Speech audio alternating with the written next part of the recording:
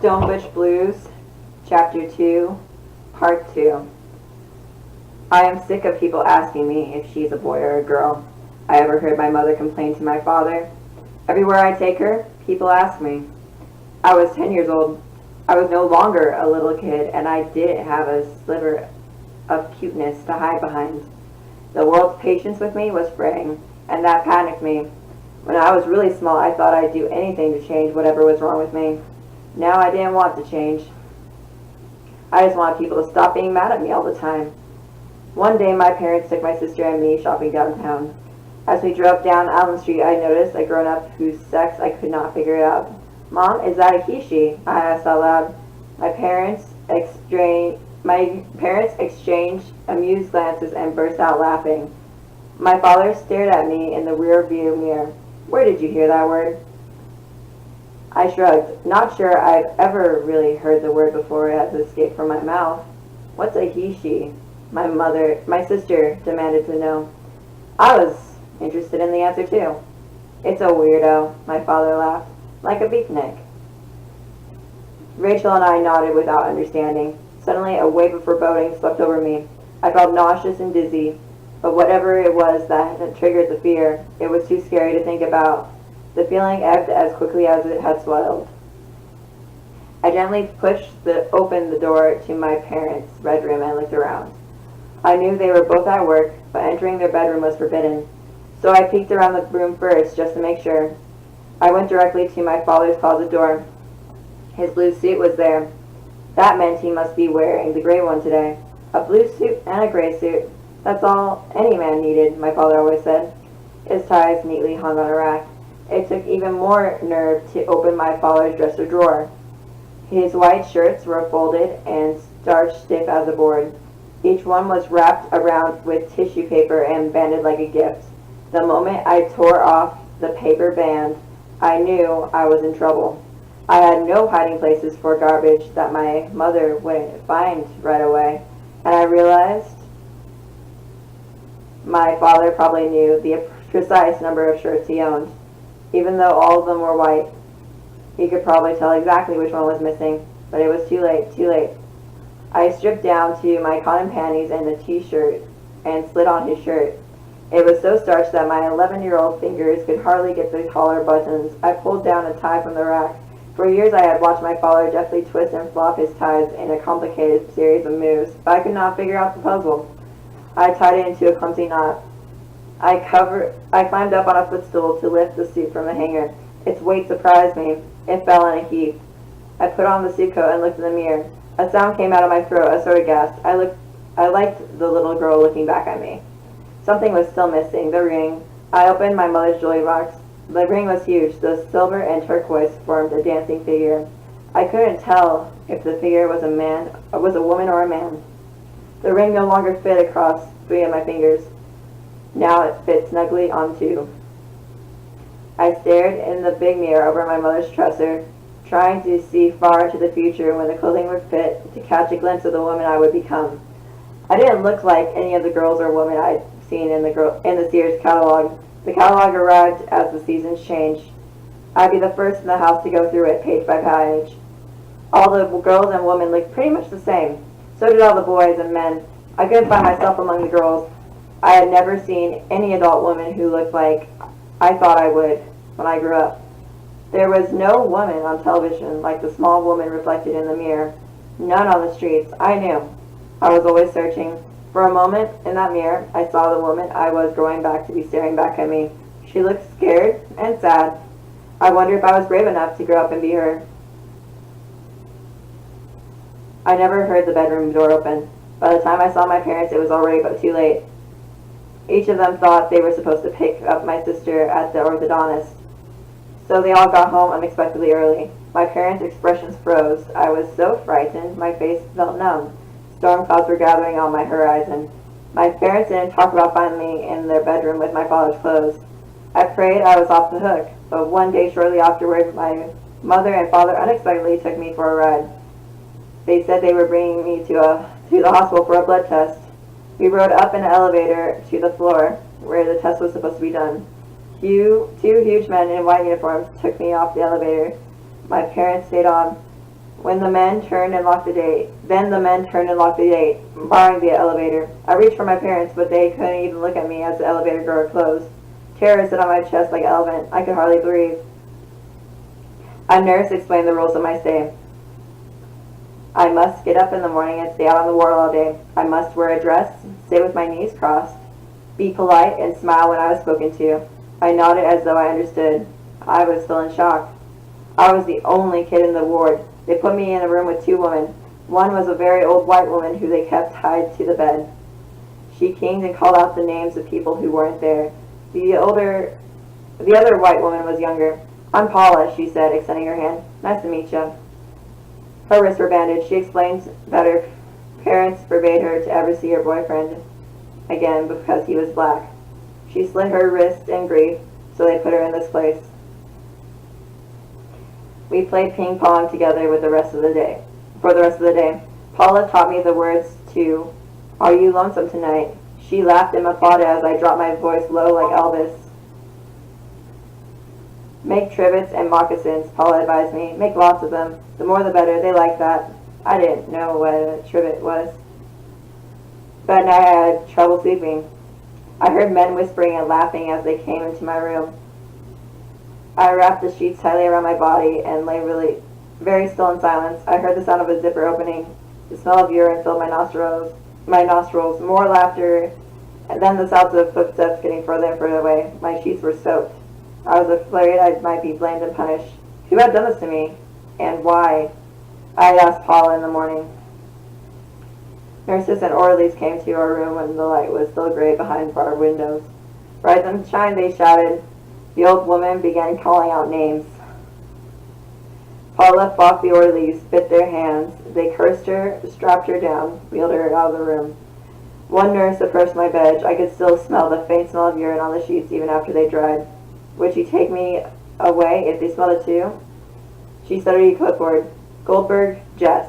It frightened me to hear her say my name. "I don't have a signature on this one," she told the orderlies. They all left the room. "Goldberg, Jess," the old woman shouted over and over again. After lunch, I snuck back into my room to get my yo-yo. Paula was sitting on her bed, staring at her slippers. She looked at me and cocked her head. She extended her hand to me.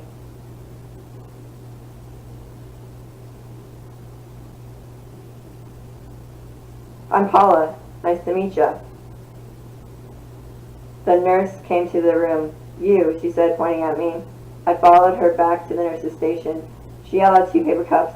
Beautiful colored pills rolled around in one, and the other was filled with water. I stared at both cups. "Take them," the nurse ordered. "Don't give me a hard time." I already sensed that giving the staff a hard time might mean I was never getting out of there, so I took the pills. Soon after I swallowed them, the floor began to tilt as I walked. They made me feel like I was moving through glue. Every day I turned out more trivets and moccasins. I began to care about a woman who talked to ghosts I couldn't see. And I discovered Norton's anthology of poetry in the patient's library. It changed my life. I read the poems over and over again before I began to grasp their meanings. It wasn't just that the words were musical notes my eyes could sing. It was discovery that women and men, long dead, had left me messages about their feelings, emotions I could compare to my own. I had finally found others who were just as lonely as I was. In an odd way, that knowledge comforted me. 3 weeks after I'd been brought to this ward, a nurse took me to the office. A man with a beard sat behind a big desk smoking his pipe. He told me he was my doctor. He said I seemed to be making progress, that being young was difficult, and that I was going through an awkward stage. "Do you know why you're here?" he asked me. I learned a lot in 3 weeks. I realized that the world around me could do more than just judge me. It wielded tremendous power over me. I didn't care anymore if my parents didn't love me. I had accepted that fact in the 3 weeks I survived alone at this hospital. But now I didn't care. I hated them. And I didn't trust them. I didn't trust anyone. My mind was focused on escape. I wanted to get out of this place and run away from home. I told the doctor I was afraid of the grown-up male patients in the ward. I said I was sure my parents were disappointed in me, but I wanted to make them happy and proud of me. I told him I didn't know what I was doing wrong, but if I could just go home, I'd do whatever he thought I should. I didn't mean it, but I said it. He nodded, but he seemed more interested in keeping his tight lipped than me. 2 days later, my parents appeared on the ward and took me home. We didn't speak about what happened. I concentrated on running away, waiting for the right moment. I had to agree to see that shrink once a week. I hoped I wouldn't have to see him for long, but the appointments continued for several years. I remember the exact day the shrink dropped the bombshell. He and my parents had agreed charm school would help me a lot. The date is etched into my mind, November 23, 1963. I walked out of his office in a daze. The humiliation of charm school seemed more than I could bear. I might have killed myself if I could have figured out a painless road. Everyone else seemed to be walking around equally as stunned. When I got home, my parents had the television turned up loud, and an announcer reported that the president had been shot in Dallas. It was the first time I ever seen my father cry. The whole world was out of control. I closed my bedroom door and fell asleep in order to escape. I don't think I could survive the spotlight of charm school, eliminating my shameful differences. But somehow I got through it. My face burned with humiliation and anger every time I had to pivot on the runway in front of the whole class over and over again. Charm school finally taught me once and for all that I wasn't pretty, wasn't feminine, and would never be graceful. The motto of the school was, "Every girl who enters leaves a lady." I was the exception. Just when it seemed like it couldn't get worse, I noticed my breasts were growing. Menstruation didn't bother me unless I bled all over myself. It was a private thing between me and my body. But breasts? Boys hung out of car windows and yelled vulgar things at me. Mr. Singler at the pharmacy stared at my breast as he rang out my candy purchases. I quit the volleyball and track teams because I hated how my breasts hurt when I jumped or ran. I liked how my body was before puberty. Somehow I thought it would never change, not like this. Whatever the world thought was wrong with me, I began to agree that they were right. Guilt burned like vomit in my throat. The only time it receded was when I went back to the land where they don't mind. That's how I remember the desert. A Dene woman came to me one night in a dream. She used to come to me almost every night, but not since I've been in the psychiatric ward several years earlier. She held me on her lap and told me to find my ancestors and be proud of who I was. She told me to remember the ring. When I woke up, it was still dark outside. I curled up at the foot of the bed and listened to the rainstorm outside of the window. Lightning bolts lit up the night sky.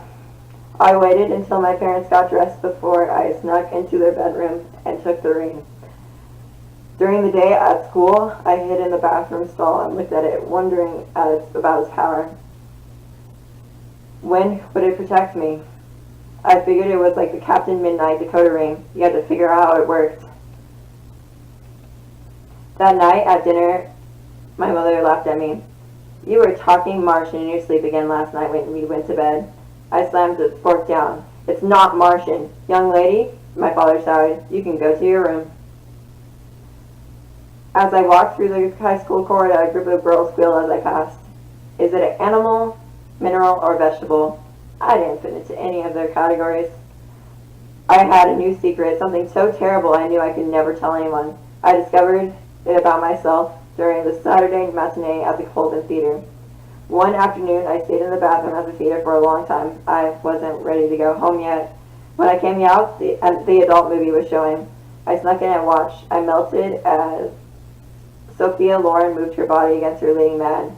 Her hand cupped the back of his neck, and they kissed. Her long red nails trailed against his skin. I shivered with pleasure. Every Saturday after that, I hid in the bathroom so I could sneak out and watch the adult movies. A new hunger gnawed at me. It frightened me, but I knew better than to confide in a single soul. One day, my high school English teacher, Miss Noble, gave us homework assignment. Bring in 8 lines of our favorite poem and read them in front of and read them in front of the class. Some of the kids moaned and groaned that they didn't have a favorite poem and it sounded boring, but I panicked. If I read a poem I loved, it would leave me vulnerable and exposed. And yet, to read 8 lines I didn't care about felt like self-betrayal. When it was my turn to read the next day, I brought my math book with me in front of the room. At the beginning of the semester, I made a cover for the test book out of a brown grocery bag and copied a poem by Poe across the inside flap. I cleared my throat and looked at Miss Noble. She smiled and nodded at me. I read the first 8 lines. From childhood's hour, I have not been. As others were, I have not seen. As others saw, I could not bring. My passions from a common spring. From the same source, I have not taken. My sorrow, I could not awaken. My heart to joy at the same tone. And all I loved alone. I tried to ring the words in a flat sing-song tone without feeling, so none of the kids would understand what his poem meant to me. But their eyes were already glazed with boredom. I dropped my gaze and walked back to my seat. Miss Noble squeezed my arm as I passed, and when I looked up, I saw she had tears in her eyes. The way she looked at me made me want to cry too. It was as if she could really see me, and there was no criticism of me in her eyes. The whole world was in motion, but you'd never have known it from my life. The only way I heard about the civil rights movement was from copies of Life magazine that came to our house. Every week, I was the first one in the family to read the newest issue. The image burned into my mind was one of 2 water fountains labeled colored and white. Other photos let me see brave people, dark-skinned and light, try to change that. I read their picket signs. I saw them bloodied at lunch counters in Greensboro, facing down steely space troops in Little Rock. I saw their clothes ripped from their bodies by fire hoses and police dogs in Birmingham. I wonder if I could ever be that brave.